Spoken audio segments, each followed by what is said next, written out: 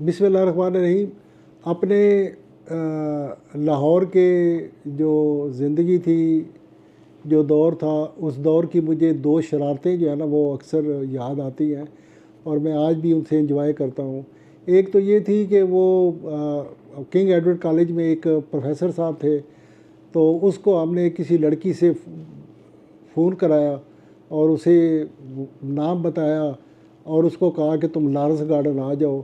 और मैं और अनवर ख़ान जो थे वो हम झाड़ियों में छुप कर बैठ गए और देखते रहे। जो बात जगह बताई थी वो मोहतरम प्रोफेसर साहब जो थे वो उधर आए, घूमते फिरते रहे, चक्कर लगाते रहे। लड़की तो उनको नज़र नहीं आई और फिर वो वापस चले गए।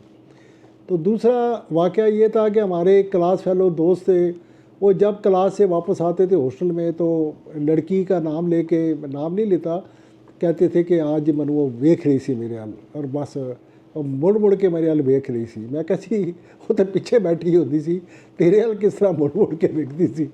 तो बहरतौर मुझे एक दिन शरारत सूझी, तो वो अस्पताल में, मेयो अस्पताल में दाखिल थे। तो मुझे शरारत सूझी, मैंने दूसरी जगह से जाके उसको फ़ोन किया।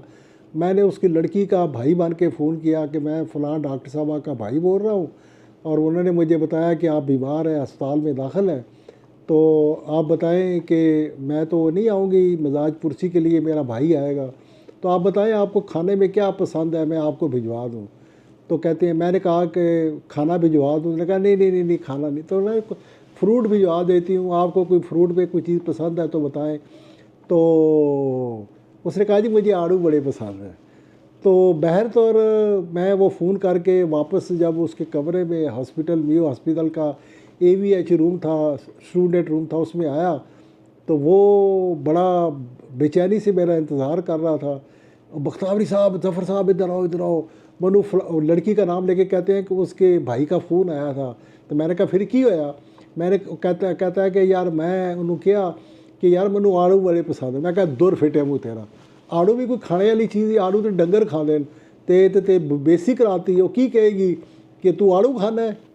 आप यकीन जाने कि उसके बाद हमारे उस दोस्त का नाम ही आड़ू पड़ गया और हम आज तक उसको आड़ू के नाम से याद करते हैं।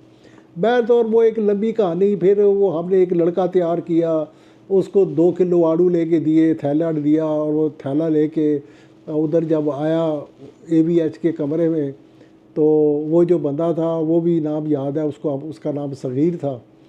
तो बहरतौर वो जब वो मुझे कहता है कि अब मैं क्या करूं, ये तो आड़ू तो बड़ी घट।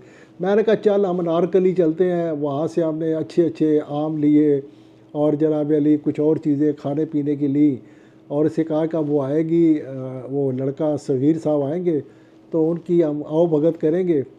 तो वो जब आया तो ये चीज़ें काट काट के आम उसके आगे रख रहा था, मेरी तरफ तो कुछ रख के नहीं रहा था।